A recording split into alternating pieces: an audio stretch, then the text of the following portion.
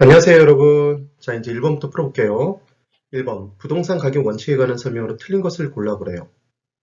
그럼 부동산 가격 재원칙은 기본적으로 내부적 원칙, 외부적 원칙, 전제되는 원칙이 있었다는 거 기억하시면 돼요. 전제되는 원칙의 대표주자가 끊임없이 부동산 가격은 변동되죠. 변동된다는 전제하에 예측이 필요하더라. 그래서 변동되는 것의 대표주자는 시점이었죠. 과거, 현재, 미래로 끊임없이 변동된다는 말씀을 드렸어요. 그래서 시점자가 들어간 두 가지, 시점 수정, 그 다음 기준 시점의 확정은 뭐 때문에 한다? 변동의 원칙 때문에 한다. 그 다음 미래 순수익이 얼마만큼 발생할지를 예측해서 가격을 평가하는 수익환원법에서 예측의 원칙이 적용된다는 말씀을 드렸습니다. 그 다음 내부적 원칙은 내부의 균이 수수수 이렇게 말씀을 드렸죠. 그래서 균형의 원칙, 이는 기였어요. 기여의 원칙, 수는 수익 배분의 원칙, 수익 체증 체감의 법칙, 치읓, 칭수와 관련된 것은 수익 체증 체감의 법칙. 그래서 균형의 원칙은 내부적 시설물들끼리의 균형을 따지는 내용이었다는 게 기억이 나시면 돼요. 그래서 내부 시설물들끼리 균형이 깨지면 기능이 저하되죠. 그래서 기능적 감가를 행했다는 걸 기억하시면 되고, 내부적 균형 여부를 따지기 위해서는 그 대상 부동산만 디립다 쳐다봐야 되죠. 개별 분석과 관련됐다는 게 또 기억나시면 돼요. 그것의 반대 개념이 뭐였죠? 상반되는 개념이 적합의 원칙이었죠. 대상 부동산이 외부적 요인과 얼마만큼 어울리는지 그 내용을 따지는 거였습니다. 그래서 대상 부동산이 외부 환경과 어울리지 않는다고 해서 대상 부동산의 기능이 저하되지는 않아요. 경제적 가치가 떨어지겠죠. 그래서 경제적 감가와 관련된 내용이었다. 그리고 외부와의 관계를 따질 때는 지역 분석을 해봐야 알 수 있다는 말씀을 드렸죠. 이런 내용들이 기억나시면 돼요. 그리고 지금 말씀드린 내용에서 이 모든 것들이 부동산은 용도를 다양하게 쓸 수 있잖아요. 그 다양한 용도 중에 최고 유효한 용을 해야 된다는 개념이 있었죠. 최유효용의 원칙. 그래서 1번 최유효용은 판단을 해야 될 거잖아요. 왜 이게 최고 유효한 용인지 아닌지를 판단할 수 있어야 되는데 얘도 복합 개념 법경기 측면에서 판단합니다. 그래서 대상 부동산에 물리적인 채택 가능성이 있어야죠. 20층짜리 대형 쇼핑몰을 짓겠다 했는데 그 땅의 지반이 약해서 20층짜리 대형 쇼핑몰을 올릴 수가 없어요. 기술적 측면에서. 그럼 물리적 채택 가능성이 없는 거죠. 그럼 최고 유효한 용이 될 수가 없어요. 그래서 기술적 측면. 그리고 법률을 어겨가면서 지을 수는 없잖아요. 건폐율 용적률상 20층을 올릴 수 없는 경우가 있겠죠. 그래서 합리적, 합법적인 이용이어야 된다. 법률적 측면에서. 그리고 그렇게 이용했더니 최고의 수익이 발생하는 이용이어야 된다. 최고 수익성을 판단합니다. 최고 수익성은 경제적 측면이겠죠. 그래서 법경기 측면에서 최유효용이 판단된다. 지금 그 얘기입니다. 그 다음 2번. 균형의 원칙은 내부였죠. 구성요소의 결합에 대한 내용으로 균형을 이루지 못하는 과잉 부분이 있다면 그때는 기능이 저하될 거예요. 그래서 원가법을 적용할 때 경제적 감가가 아니라 기능적 감가를 행하겠죠. 그 다음 3번. 적합의 원칙은 외부와의 관계를 따진다는 얘기를 했잖아요. 부동산의 입지와 인근 환경에 영향을 고려한다. 5네요. 4번. 대체의 원칙은 동일한 효용을 제공하는 두 개의 부동산이 있으면 경쟁 관계에 의해서 가격이 형성되기 때문에 비슷한 가격 수준이 형성되죠. 그래서 부동산의 가격이 대체 관계의 유사 부동산으로부터 영향을 받는다는 점에서 거래사례 비교법의 토대가 될 수 있다. 네, 맞죠. 그 다음 5번. 예측 및 변동의 원칙은 부동산의 현재보다는 장래의 활용 및 변화 가능성을 고려한다는 측면에서 수익환원법의 토대가 될 수 있다.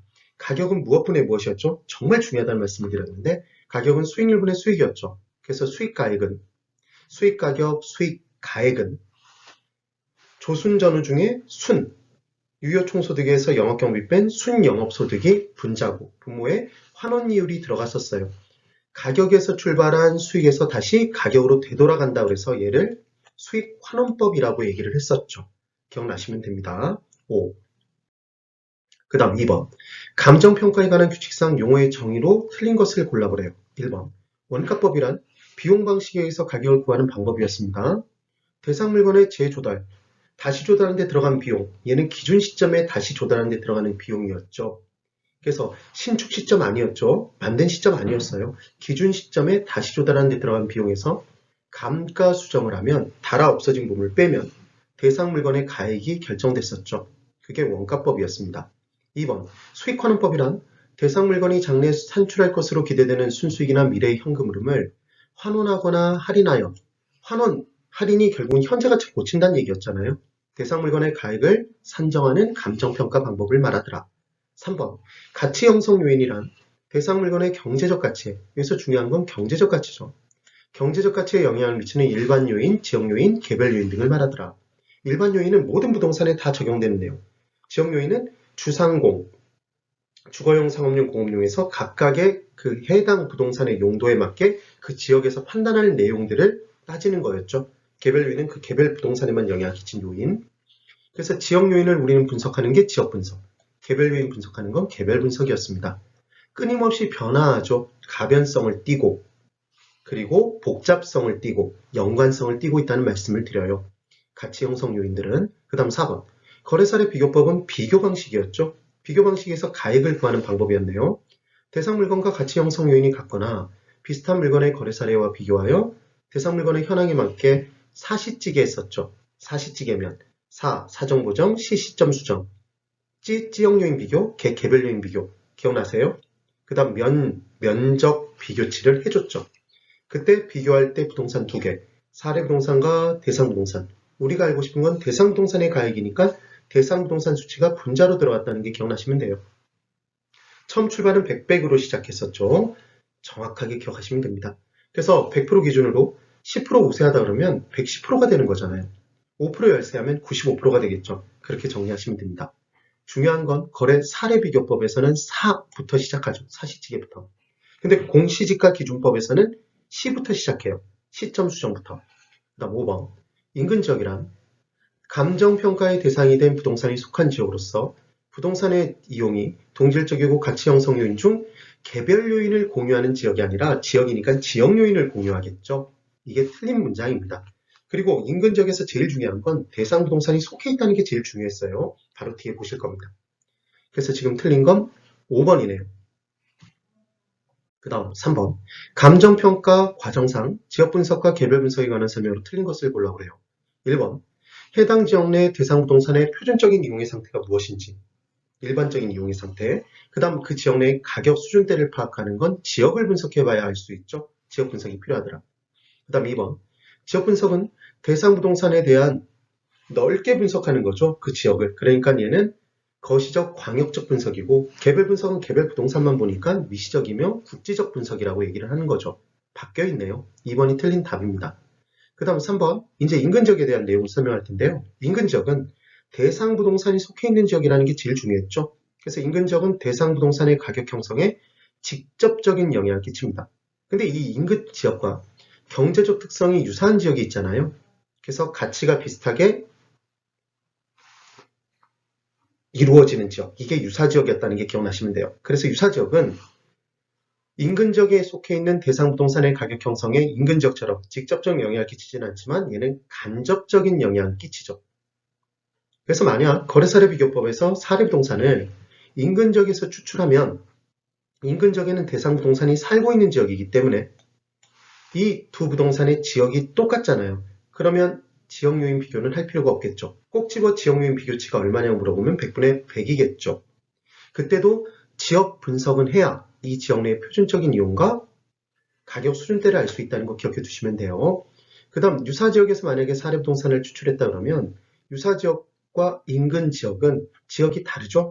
그러니까 지역 요인 비교를 해야 되겠죠. 비교를 해 두셔야 됩니다. 이 두 지역을 다 포함한 내용이 동일한 수요와 공급이 있는 권역이었죠. 이게 동일 수급권이었어요. 그래서 동일한 수요와 공급이 있는 권역 내에서는 대체관계가 성립되니까 경제적 효용 측면에 경제적 대체가 성립돼서 경쟁이 이루어지고 비슷한 가격 수준이 형성돼서 사례 부동산으로 추출할 수 있는 거죠.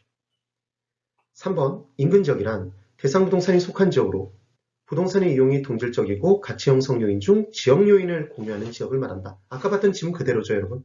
아까는 개별 요인을 공유하는 지역이라고 해서 X였죠.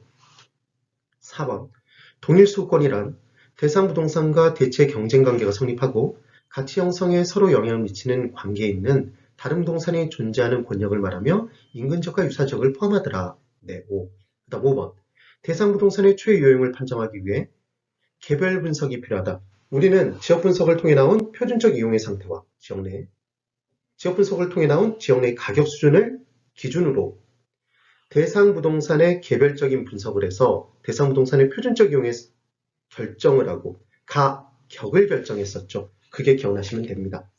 되시겠죠? 네, 여기까지입니다. 대단히 수고 많으셨습니다.